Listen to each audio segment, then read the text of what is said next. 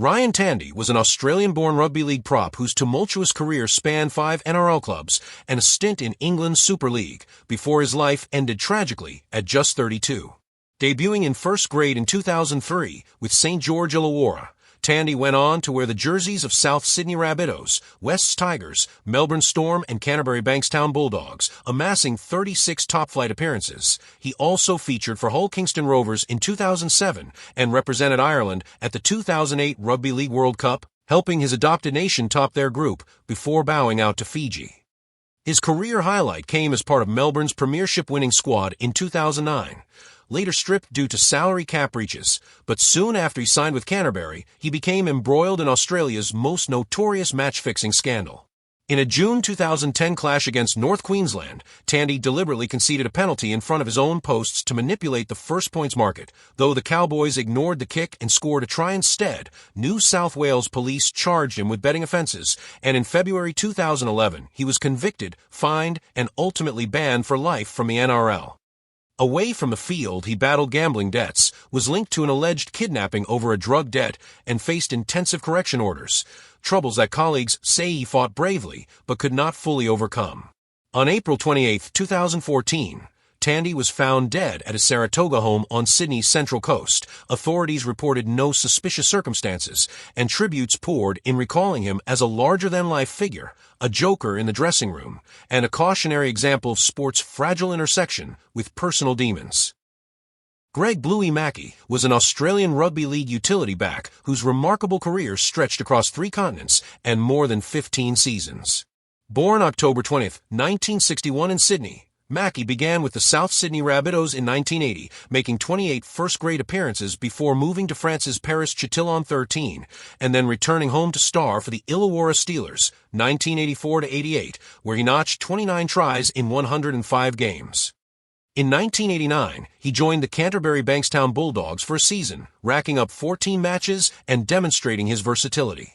Later that year, he ventured to England with Warrington Wolves, initially in a brief 9-game stint, before signing with Hull FC, where as captain and 5/8, he led the Airlie Birds to premiership glory in May 1991, earning the Harry Sunderland Trophy as man of the match in a 14-4 win over Widnes at Old Trafford.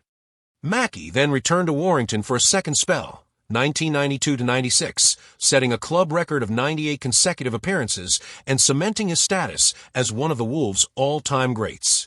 Versatile across 5/8, halfback, center, and fullback, he later closed out his career with Huddersfield Giants in 1996. After battling a diagnosis of bowel cancer in December 2011, Mackey suffered a fatal heart attack at his Sydney home on September 24, 2014, aged 52, prompting tributes from across the rugby league world.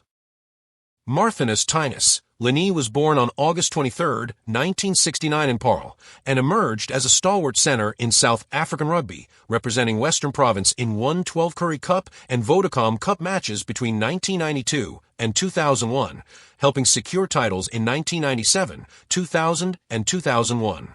Although he never earned a Springbok Test cap, Leni was selected for tours in 1993 and 1994, debuting against Victoria in Melbourne on July 21, 1993, and accumulating 9 tour appearances before concluding his international journey in Pontypridd in November 1994.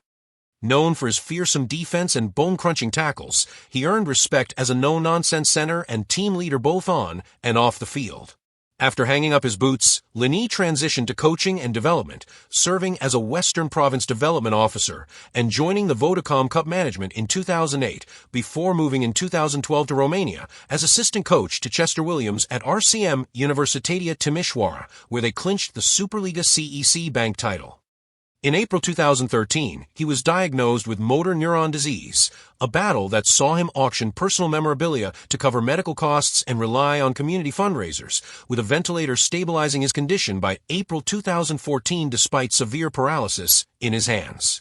Leni passed away at his Paarl home on November 3, 2014 at the age of 45, leaving behind his wife, Diana, her 2 sons, and a daughter from his first marriage. His legacy of courage and camaraderie continues to inspire the rugby fraternity. Reginald Reg Gastner, often hailed as one of rugby league's all-time great centers, was born on May 12, 1939 in Mortdale, New South Wales. Raised in a sporting family, his father, Jim, played rugby union. Gastner burst onto the first-grade scene as a teenager with the St George Dragons in 1958. Blessed with blistering pace, sublime footwork, and an uncanny ability to spot a scoring opportunity, he became the linchpin of the Dragons' record-setting run of 11 consecutive New South Wales Rugby League premierships between 1959 and 1969.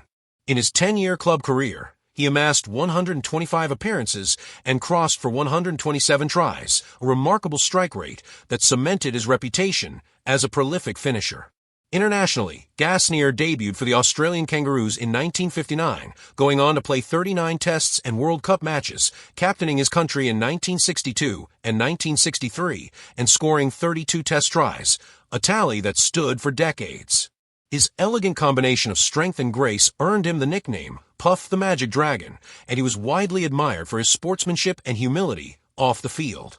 Forced into premature retirement by a severe knee injury in 1967, he nonetheless remained a central figure in the rugby league community, as a coach, selector, and later as a mentor to younger generations. In recognition of his services to the game, he was named in both the Australian and St George Teams of the Century and was inducted as Immortal of Rugby League in 1981, one of the sport's highest honors. Reg Gastner passed away on May 11, 2014, one day shy of his 75th birthday, leaving behind a legacy of excellence, integrity, and inspiration that continues to resonate across the rugby league world. John Jack Kyle, born John Wilson Kyle on August 10, 1926 in Belfast, Northern Ireland, stands as one of the most revered figures in the history of Irish rugby. Educated at Methodist College Belfast, Kyle combined academic excellence with an early affinity for sport, representing his school in both rugby and cricket before reading medicine at Queen's University Belfast. He made his international debut at just 21 years old against France in the Five Nations Championship of 1947 and went on to earn 47 caps for Ireland between 1947 and 1958, captaining the side in 1956. Operating at fly-half, his combination of tactical acumen, elusive running lines, and impeccable passing helped spearhead Ireland's first Grand Slam victory in 61 years during the 1948 championship, with Kyle contributing pivotal scores and match-winning flair. In 1950, he was selected for the British and Irish Lions tour to New Zealand and Australia, where he played in all 6 tests and was lauded for his creativity against some of the toughest defenses in world rugby.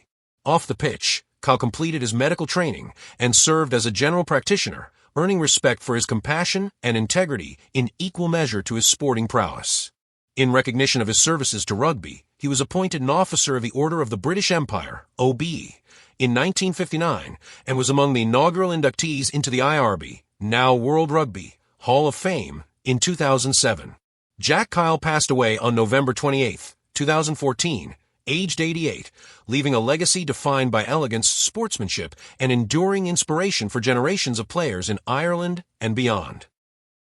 Sarah Chesters, a 23-year-old fullback for Longton RUFC and research intern for the campaign group Women in Sport, tragically died on November 21, 2014, more than a month after suffering a blunt force injury to the side of her neck during a match on October 19, 2014.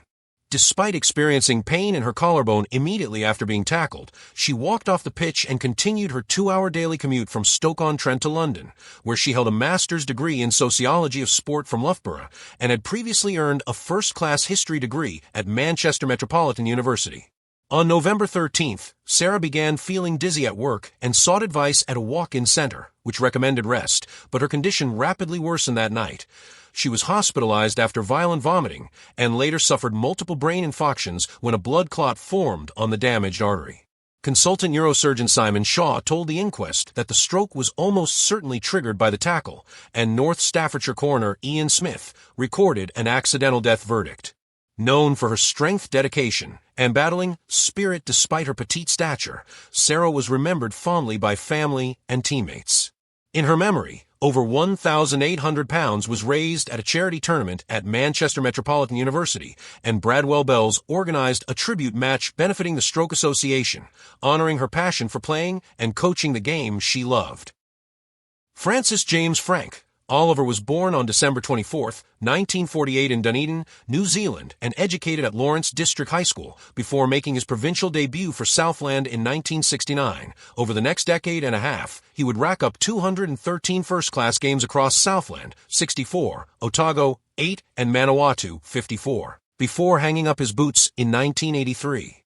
A towering lock forward at 1.91 m and 107 kilograms, Oliver earned his first All Blacks call-up for the 1976 tour to South Africa and went on to appear in 43 matches for New Zealand, including 17 full tests between 1976 and 1981, captaining the side in 4 fixtures and famously diving out of a 1978 Cardiff lineout to win a match-deciding penalty that sealed a 13-12 victory over Wales. Known for his no-nonsense approach and unwavering work ethic, he was remembered by teammates like Andy Hayden as down-to-earth, yet commanding of respect on and off the field. After retiring as a player, Oliver transitioned seamlessly into coaching.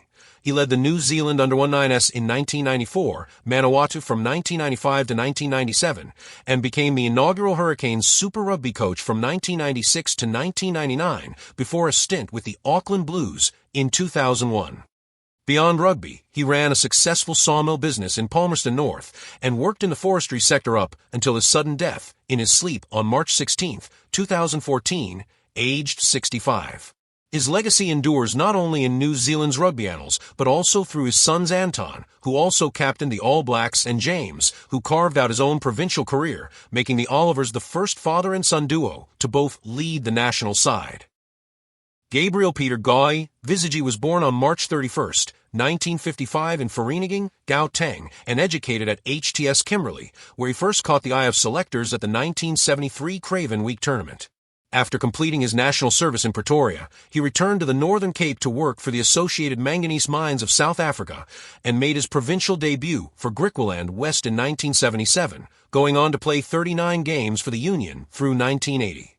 In 1981, he relocated to Natal, adding 42 appearances for the Sharks between 1981 and 1985, and played a pivotal role as a versatile back, principally at scrum half, but equally adept at fly half and center, when Natal reached the Currie Cup final in 1984. That same year, he toured with the Springboks in New Zealand, contributing 2 tries in 3 tour matches, even though he did not earn a full test cap. Alongside teammates like Darius Botha and Willie du Plessis, he was honored as one of the 5 SA Rugby Young Players of the Year in 1979. Beloved by fellow Sharks and KZNRU stalwarts, he was celebrated at the 30-year reunion of the 1984 squad, just months before his passing. After a courageous battle with cancer, Vizigi died on November 19, 2014 in Durban at the age of 59, survived by his wife, Janet, and their 2 children. His loss was mourned across South African rugby, with the Sharks and KwaZulu-Natal Rugby Union expressing their profound sadness at his passing.